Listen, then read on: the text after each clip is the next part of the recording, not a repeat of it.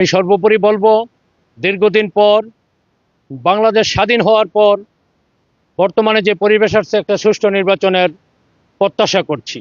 জেলা প্রশাসককে মনোনয়ন নেওয়ার সময় আমি বলেছি যে সুষ্ঠু নির্বাচনের প্রত্যাশা করি, একটাই দাবি, সুষ্ঠু নির্বাচন, অবাধ এবং সুষ্ঠু নির্বাচন এবং লেভেল প্লেইং ফিল্ড হলে সমগ্র বাংলাদেশে জাতীয় পার্টি একটা ভালো রেজাল্ট করবে এবং মুন্সিগঞ্জ 1 এবং 2 এবং 3 আমরা জাতীয় পার্টি যে 3 জন প্রার্থী পেয়েছি, 3 জনই সাবেক ছাত্রনেতা।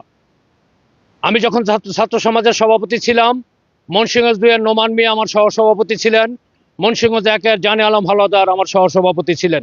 সেই আমরা ছাত্রনেতারাই বৃদ্ধ বয়সে এসে নমিনেশন পেয়েছি। এটা মহান রাব্বুল আলামিনের কাছে শুকরিয়া। এবং আমরা আশা করি মুন্সিগঞ্জ 3 একটা বিশাল এলাকা, বিশাল ভোট ব্যাংক। এই ভোট ব্যাংকে মুন্সিগঞ্জ সদরের ভোট সবচেয়ে বেশি।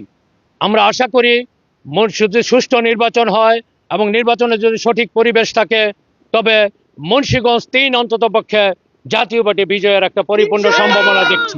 সুতরাং জনগণ বলেছে লাঙ্গলকে এবার একবার সুযোগ দিবে। জনগণের কাছে প্রত্যাশা, পল্লী বন্ধুর সম্মানে, জনবন্ধুর আহ্বানে লাঙ্গলে ভোট চাই সবার। আসলে আমরা মাননীয় জেলা প্রশাসক সাহেবের কাছে আমরা আবদার জানাইছি, কারণ আমরা 90-এর পর থেকে যত নির্বাচন দেখেছি, হয়তো রাতে দিনে হয়েছে, কিন্তু এই নির্বাচনটা অন্তত যাহাতে নোবেল বিজয়ী রাষ্ট্রপ্রধানে সুষ্ঠু করবে আমরা আশাবাদী। এবং জেলা প্রশাসক সাহেব আমাদের বলেছেন যে অবাধ, সুষ্ঠু, নিরপেক্ষ নির্বাচন হবে। আর আমি বলতে চাই, অবাধ, সুষ্ঠু, নিরপেক্ষ হলে এরশাদের উন্নয়ন মুন্সিগঞ্জে অনেক কিছু হয়েছে, সারা বাংলাদেশ হয়েছে, সারা বাংলাদেশের রূপকার আলহাজ হোসেন মোহাম্মদ এরশাদ। সেই আলোকে তার উত্তরসূরি জনবন্ধু জি.এম. কাদের, তিনিও মন্ত্রী ছিলেন, তিনি দুর্নীতিতে ছিলেন না এবং মন্ত্রী থাকাকালীন তার দপ্তরটা একমাত্র ক্লিন ছিল। তাই জনবন্ধুর দিকে অনেক মানুষ তাকিয়ে আছে এবং ভোট দেওয়ার সুযোগ আছে। আমাদের আগামী প্রজন্ম, নতুন প্রজন্ম যেগুলো আছে, তারা ভোট দেওয়ার সুযোগ পাবে। সেই ভোটটা আমি মনে করি আমাদের লাঙ্গলে যাবে ইনশাল্লাহ। ইনশাল্লাহ 50,000 গ্রাম বাঁচলে বাংলাদেশ বাঁচবে। আলহাজ হোসেন মোহাম্মদ এরশাদ, মুক্তিযোদ্ধারা সর্বকালের সর্বশ্রেষ্ঠ সন্তান আলহাজ হোসেন মোহাম্মদ এরশাদ। আগামী 12ই ফেব্রুয়ারি ত্রয়োদশ জাতীয় সংসদ নির্বাচন।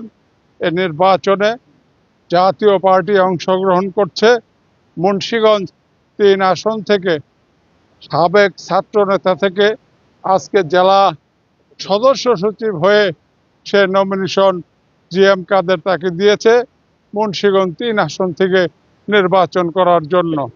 আমরা আশা করি আরিফুজ্জামান দিদার অত্যন্ত ক্লিন ইমেজের লোক, তার একটা এলাকা আছে, তার পারিবারিক একটা সুনাম আছে, রাজনৈতিক ফ্যামিলির ছেলে। ইনশাআল্লাহ সুষ্ঠু নিরপেক্ষ নির্বাচন হলে আরিফুজ্জামান দিদার বিজয়ী হবে। লাঙ্গলের জন্য শ্রম দিয়েছি। দিদার ভাই এমন একটা শান্তিপ্রিয় মানুষ, যার কোনো বিন্দু পরিমাণ কোনো ত্রুটি নাই। আমরা আশাবাদী যাতে দিদার ভাইয়ের নাঙ্গলে জয় যুক্ত করে আমরা মুন্সিগঞ্জকে সবার মুখ উজ্জ্বল করতে চাই। দিদার ভাইয়ের আমরা জাতীয় পার্টি এরশাদকে অনেক ভালোবাসি। বা এরশাদ সাহেব আমাদের জন্য অনেক ভালো ছিল, বাংলাদেশের অনেক উন্নয়ন করছে। আমরা চাই সামনে জাতীয় পার্টি আরো উন্নয়ন করুক, বাংলাদেশের জন্য অনেক মানুষ তাদের জন্য অনেক কি আশাবাদী বা এবং আমার নেতা অনেক ভালো দিদার ভাই, যে সে যদি পাশ করে আমাদের মুন্সিগঞ্জের জন্য অনেক উন্নয়ন হইব বা এবং আমাদের মুন্সিগঞ্জের জন্য খুবই ভালো হইব।